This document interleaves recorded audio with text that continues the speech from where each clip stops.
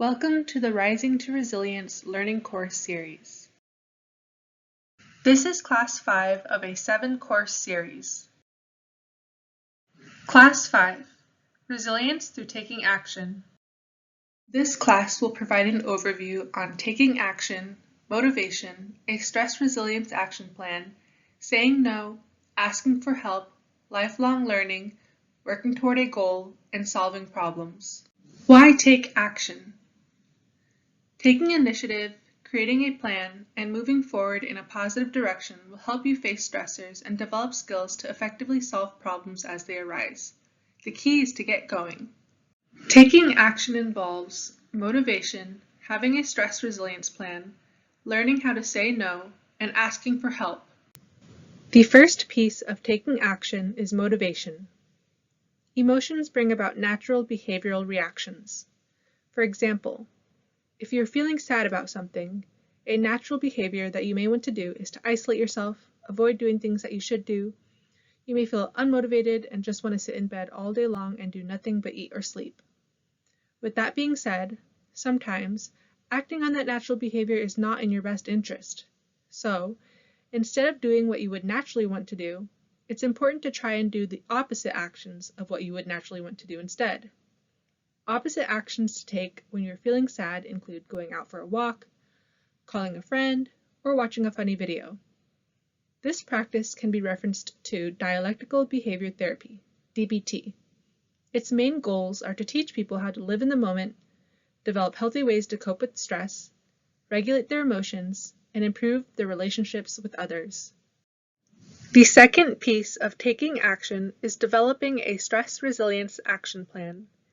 In a stress resilience action plan, you would set a SMART goal in each category of the color wheel seen on the right. SMART stands for specific, measurable, achievable, relevant or realistic, and time-bound. The categories in the color wheel seen on the right are called stress busters, and they include having balanced nutrition, mindfulness practices, physical activity, quality sleep, supportive relationships, and mental health care. The goals for each of these categories can be small. It is important to write them down and to tell someone about your goals to help keep you accountable and on track with your goals. However, it is also important to remember to be kind to yourself and know that it's okay if you don't meet all of these goals at the same time. Know that nobody is perfect and that you can revise your stress resilience action plan as needed.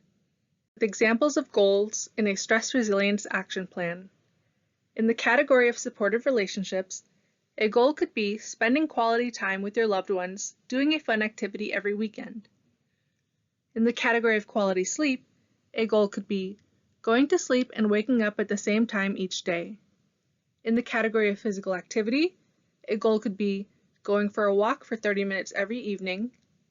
In the category of mindfulness practice, a goal could be writing 3 things you are grateful for in your journal every morning or night. In the category of balanced nutrition, a goal could be eating a healthy breakfast every day. And finally, in the category of mental health care, a goal could be identifying local mental health services and having them written on a list for easy access whenever it is needed. The third piece of taking action is learning how to say no. Saying no can be hard. Often, our overwhelm can stem from overcommitting and piling too much onto our shoulders. Some of our commitments are unavoidable, but others may pile up from our desire to please others, to do it all, or from fear of what might happen if we say no. It is important to remember that when we overextend ourselves, we cannot fulfill any of our responsibilities to the best of our potential. Saying no to some commitments means that we get to say yes to the ones that really matter. On this slide is a list of some ways that you can say no. Some examples include, unfortunately, I can't take that on right now. Can you ask me next time? Or, not this time. Or, I'm unavailable. Or, I have a lot on my plate right now. I'll let you know if anything changes. Consider all that you have on your plate right now. Is there anything that you need to say no to or anything you need to ask for help with? The fourth piece of taking action is asking for help. It is okay to need help, and it is okay to ask for help. Often, we fear asking for help when we need it. Our commitment is to doing the best we can, not to doing the most we can. Help can look like guidance when we are unsure, more time to meet a deadline, an extra person or set of hands, altered expectations and resources. When asking for help, emphasize your desire to do the best you can, and know the signs that tell you that you may be overwhelmed. You can continue to take action by continuing to learn throughout your life. Take time to learn a new hobby. What looks fun to you? What is something that you used to do as a kid? You can keep learning by signing up for a class or watching a YouTube video. You can also find someone and ask them to teach you. Learning a new hobby can help you gain skills and confidence. When taking action to work toward a goal and solving a problem, try to break your goal or problem down into smaller, more doable tasks, as this can help make it more manageable and help you get there faster.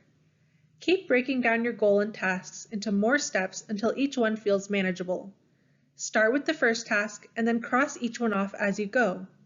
Consider setting a deadline and letting someone know about your goal so they can help keep you accountable. Here is an example of working towards a goal. The goal is to eat healthier.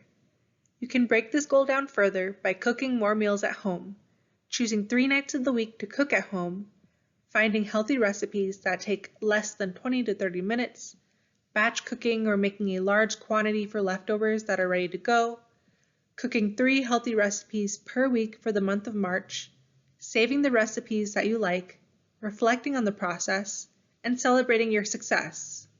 If you are comfortable, please take some time now to read and answer these questions on your own. Thank you for taking the time to complete Class 5, Resilience Through Taking Action. The next course in this series is Class 6, Resilience Through Internal Beliefs. For questions, comments, or more information, contact the Snohomish County Health Department Trauma and Resilience team by emailing SHD.Trauma&Resilience@co.snohomish.wa.us.